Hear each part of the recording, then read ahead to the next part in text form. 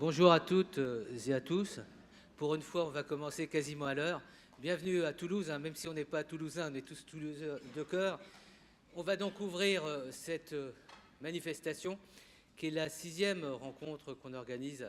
Alors pendant quelques années, ça a été spécifiquement dédié à la maladie d'Alzheimer. Et puis maintenant, c'est maladie d'Alzheimer et maladies associées, plus MMD, maladie neurodégénérative. Soyez pas surpris au cours de ce colloque qu'on parle plutôt de maladie neuroévolutive, tant le mot dégénératif nous semble souvent contradictoire avec les valeurs qu'on porte.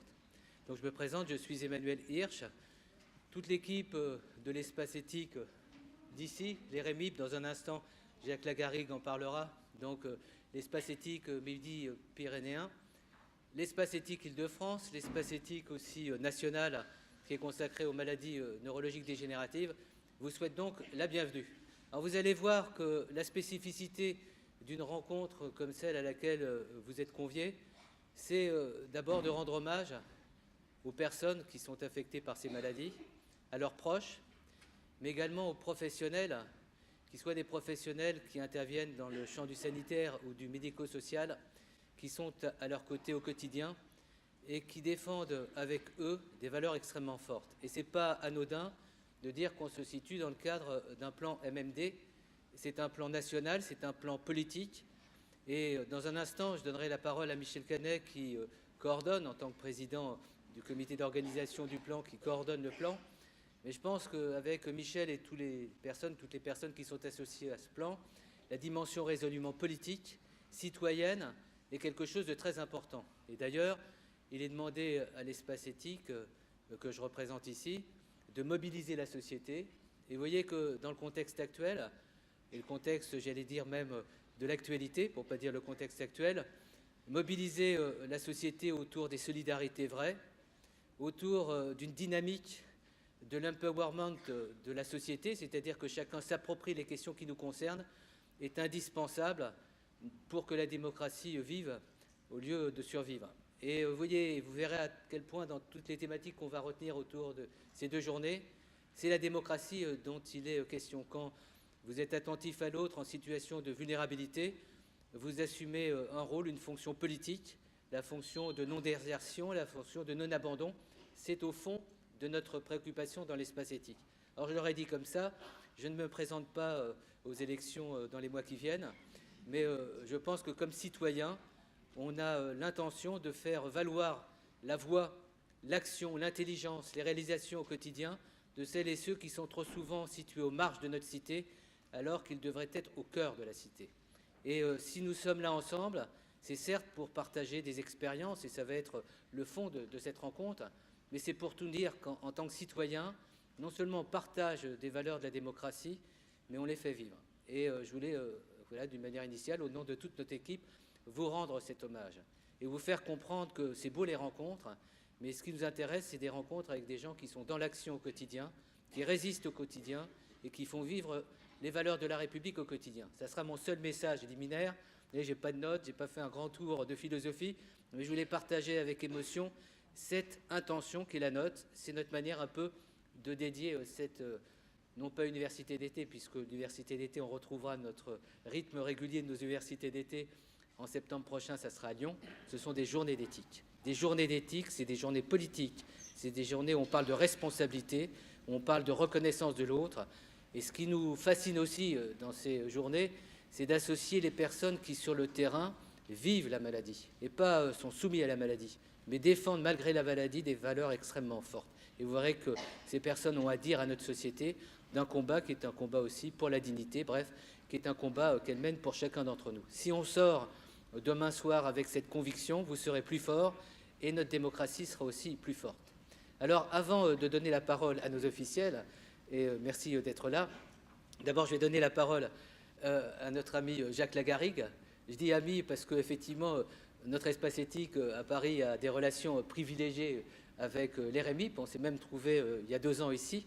Alors je te donne la parole et puis ensuite, j'aimerais dédier nos 2 journées à une personne qui est dans la salle. Merci Emmanuel.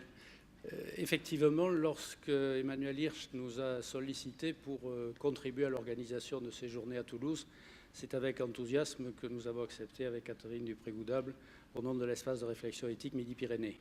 Je devrais dire au nom de l'espace de réflexion éthique d'Occitanie, puisque nous sommes en train de le faire évoluer dans ce sens et nos collègues de Montpellier marquent leur accord en étant présents ici aussi.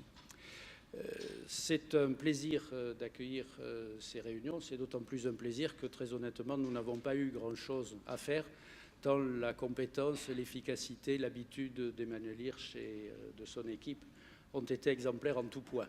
Donc s'il y a une réussite dans ces journées, c'est à eux que nous le devons tous et je l'en remercie. Exactement. Et je l'en remercie par avance.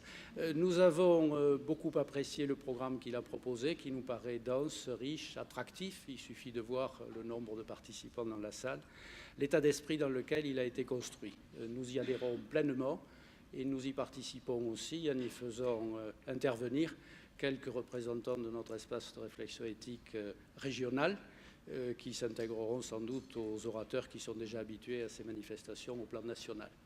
Et je finirai pour dire que, comme tu l'as déjà un peu dit, ça n'est pas non plus tout à fait anormal que cette réunion sur les maladies neurodégénératives et les questions éthiques se passe à Toulouse, puisque nous avons ici Michel Clanet, qui est le coordinateur du plan MNED, et Bruno Velas, qui est le pilote, le fabricant et l'animateur au quotidien du Gérontopole.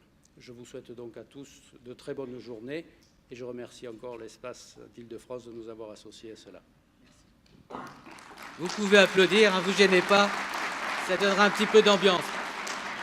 Alors, les gens qui nous fréquentent depuis des années, et puis les membres de l'équipe, le staff, on est assez peu conformistes dans notre démarche.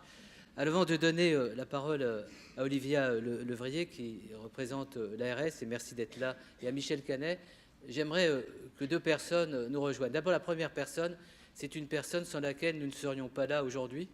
Et beaucoup de gens qui sont mobilisés par ces questions ne tiendraient pas un discours aussi volontariste et résolu. Cette personne, c'est une amie, j'allais dire une grande amie, qui est Catherine Olivet, que je lui demande de venir. Et je voudrais, pour beaucoup de raisons, celles que je dirais et celles que je ne dirais pas, dédier ces 2 journées à Catherine Olivet. Je vous demande de l'applaudir et je vous dirai pourquoi.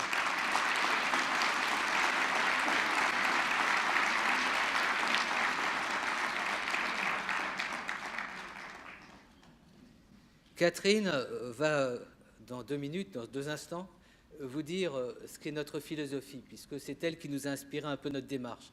Nous, on était un espace éthique qui aurait pu s'intéresser pendant des années aux questions de bioéthique, aux grandes questions de l'éthique qui sont débattues à travers le monde. Et elle nous a très rapidement, l'espace éthique de l'assistance publique, qui est devenu l'espace éthique Île-de-France, a été créé en 1995, et dès 1997, elle nous a ramenés à des réalités immédiates. Comme présidente d'abord de France Alzheimer 93, maintenant elle est présidente du conseil d'orientation de notre espace éthique. C'est une personnalité incarnée et qui incarne à travers ses combats ce qui nous paraît le plus essentiel en matière d'éthique, la responsabilité, la solidarité, le sens de l'autre. Et quand Catherine, avec ses petits caniches, rentre chez elle au Rincy le soir, c'est la permanence téléphonique la plus extraordinaire qui a lieu, où les gens les plus démunis, quelle que soit la qualité des réponses institutionnelles qui peuvent être apportées, puisque nous sommes dans un pays quand même qui est riche en offres, en qualité, j'allais dire, de prestations. Mais dans les interstices du quotidien, quand une personne est déroutée par la maladie, quand une personne est solitaire dans son rapport direct avec son conjoint qui est atteint d'une maladie, elle est toujours présente.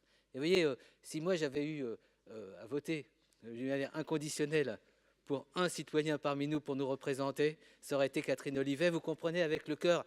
Et puis mon raisonnement, pourquoi je la trouve extraordinaire, et je lui donne la parole. Vous pouvez la réapplaudir, elle a besoin d'énergie.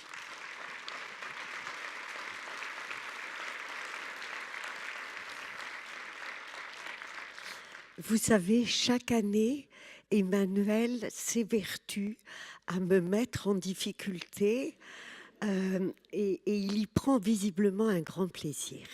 La preuve, il recommence chaque année. Alors, je vais vous offrir pour ces 2 journées un mot qui se trouve dans le titre. C'est le mot « inventer ». Alors que l'on soit jeune, moyennement vieux, jeune vieux, moyen vieux, grand vieux, enfin maintenant on invente beaucoup de catégories. Nous inventons tous notre vie au fur et à mesure. Quand on est jeune, on l'invente avec rêverie, parfois même avec utopie. Quand on vieillit ou quand on est gravement malade, on invente parfois son lendemain avec de la crainte, avec de l'interrogation. Rencontrerai-je toujours des yeux pour m'aimer, quel que soit mon état, quel que soit l'état de mon corps, quel que soit l'état de mon esprit? Alors je vais vous offrir ce mot-là, inventer. N'ayez pas peur d'inventer, n'ayez pas peur de croire à vos inventions, n'ayez pas peur de les défendre si vous les pensez profondément intéressantes et valides pour l'autre, pas pour vous, mais pour l'autre. Alors soyons tous des créateurs et des créatifs, et croyez-moi, là, il y en a un qui est dans la créativité perpétuelle.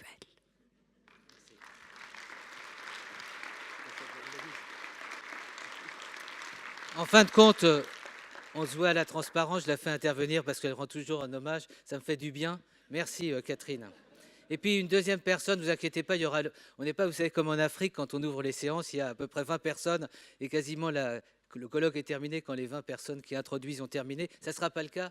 J'ai une personne qui est dans la salle, c'est Denis Robillard. Je ne sais pas où il se trouve, Denis Robillard. Voilà. Je voulais, donc c'est le président de France Parkinson. L'année dernière, vous étiez notre invité, vous n'avez pas pu venir. Alors je ne pouvais pas me retirer le plaisir de vous donner quand même quelques instants la parole pour dire que le plan MMD, c'est une très belle aventure puisqu'elle associe un certain nombre de personnes qui suivent le parcours au quotidien d'une maladie qui peut être très différente l'une de l'autre. Et je trouvais très intéressant, et merci Denis d'être là, de vous donner aussi quelques moments de parole.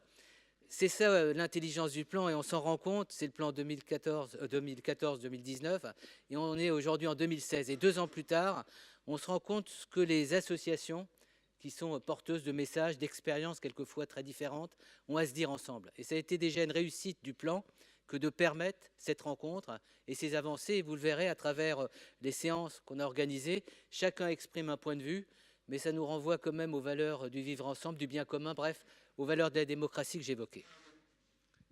Merci beaucoup. Petite précision, mon prénom est Didier, non pas Denis, mais Denis Robillard existe. Donc, je voudrais vous dire mon plaisir d'être là cette année. Je n'ai pas pu, pour des raisons de santé l'an dernier, être présent. Les malades de Parkinson étaient présents via M. Wagner de la FFPG, que je salue. Mais France Parkinson entendait être présent.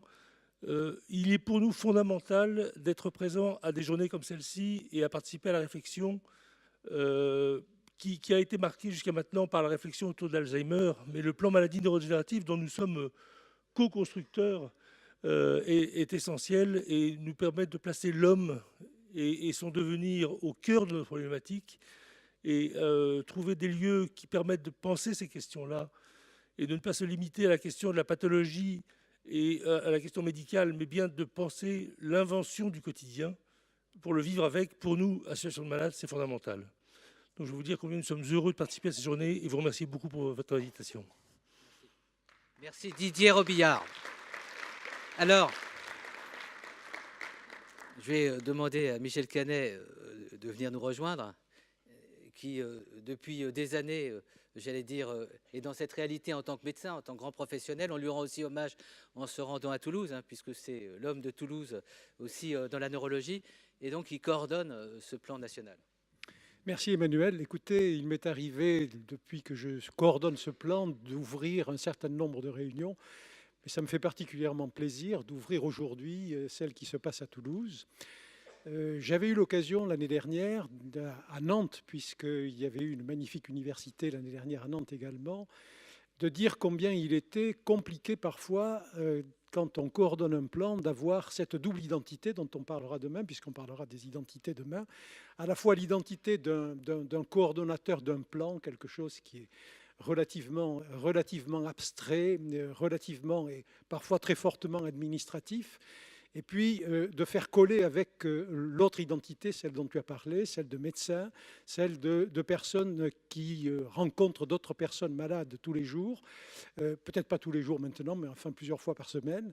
Et donc c'est en particulier dans ce contexte-là que j'ai rencontré effectivement Emmanuel et l'espace éthique, qui est devenu l'espace éthique Erémande. Et je voudrais ici le remercier de l'ensemble, et toute son équipe, de l'ensemble du travail qu'ils sont en train de réaliser au sein des mesures du plan concernant en particulier la place de la personne dans la société. Je crois que c'est très important. Les capacités de réunion, de rencontres qu'ils sont capables de générer autour des maladies neurodégénératives, c'est un point absolument fondamental du déroulement de ce plan. Donc je voudrais remercier, puis je suis très heureux que ces journées, ce soit aussi là, les 2 journées Catherine Olivet. Ça me fait beaucoup plaisir et donc je souhaite que l'ensemble de ces 2 journées puissent être constructives, mais je n'en doute pas. Et merci encore une fois.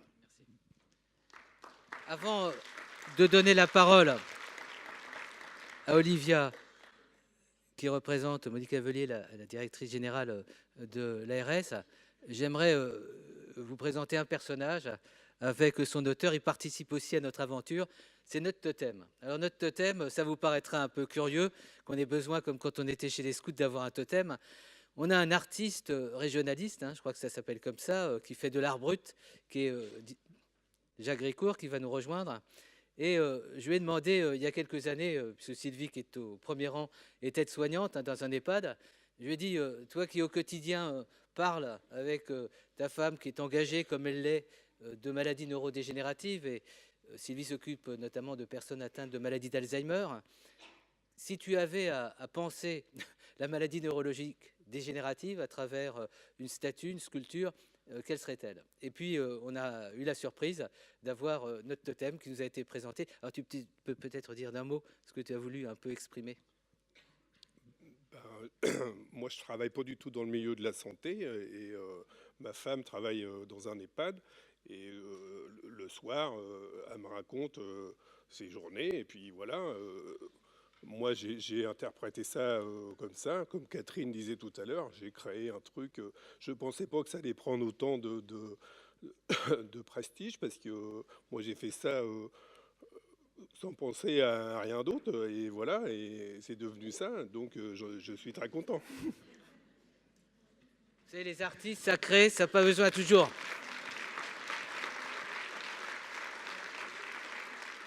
Mais je suis certain que dans les années qui viennent, beaucoup se rappelleront de nos rencontres, mais encore davantage de cette statue. Vous pourrez la regarder. C'est quand même une œuvre tout à fait importante. Vous pouvez encore applaudir parce que vous le verrez. Alors Eric Fiat, qui nous a rejoint, va avoir tout à l'heure une super surprise. Prépare-toi à la surprise justement d'un sculpteur qui depuis des années t'écoute et a synthétisé dans une de ses œuvres quelque chose qui va te remettre une création. Je vous donne de suite la parole.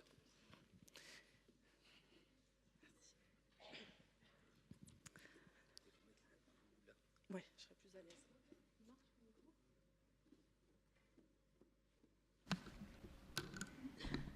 Ça fonctionne? Ça fonctionne très bien. Madame la Présidente, Monsieur le Président, Monsieur le Professeur, Madame, Monsieur, c'est un honneur pour moi, en tant que directrice de l'offre de soins et de l'autonomie, au sein de l'Agence régionale de santé de la région Occitanie, d'être présente parmi vous aujourd'hui pour l'ouverture de ces journées d'éthique, avec pour thème de réflexion « Vivre sa maladie, inventer son quotidien ». C'est un grand honneur de vous accueillir tous à Toulouse, et particulièrement Emmanuel Hirsch, bien sûr. Je voulais tout d'abord, alors je ne vais pas être très très longue, même si j'ai préparé mes notes, parce que je n'ai pas l'expérience des orateurs précédents, revenir en quelques mots sur le plan maladie neurodégénérative, et puis après vous expliquer comment on l'a travaillé dans la région Occitanie. Comme il a été rappelé, vous savez que c'est un plan qui a été annoncé en 2014 par 3 ministres, et je pense que ça montre l'engagement qu'il y avait autour de ce plan. Ce plan succède au plan Alzheimer et comprend 96 mesures. Alors, rassurez-vous, je ne vais pas vous citer les 96 mesures. Je vais me concentrer sur 4 axes, ce qui va me donner à chaque fois l'occasion de saluer toutes les personnes qui ont contribué et qui travaillent au quotidien sur ce plan. Le premier axe qui porte bien sûr sur l'accompagnement des personnes malades, soignées et accompagnées tout au long de la vie et sur l'ensemble du territoire. Favoriser les diagnostics, garantir l'accès à des soins de qualité, personnalisés tout au long de la vie et mieux accompagner la fin de vie. Et je veux ici saluer tous les professionnels qui s'engagent au quotidien pour prendre en charge et pour accompagner le mieux possible tous nos malades.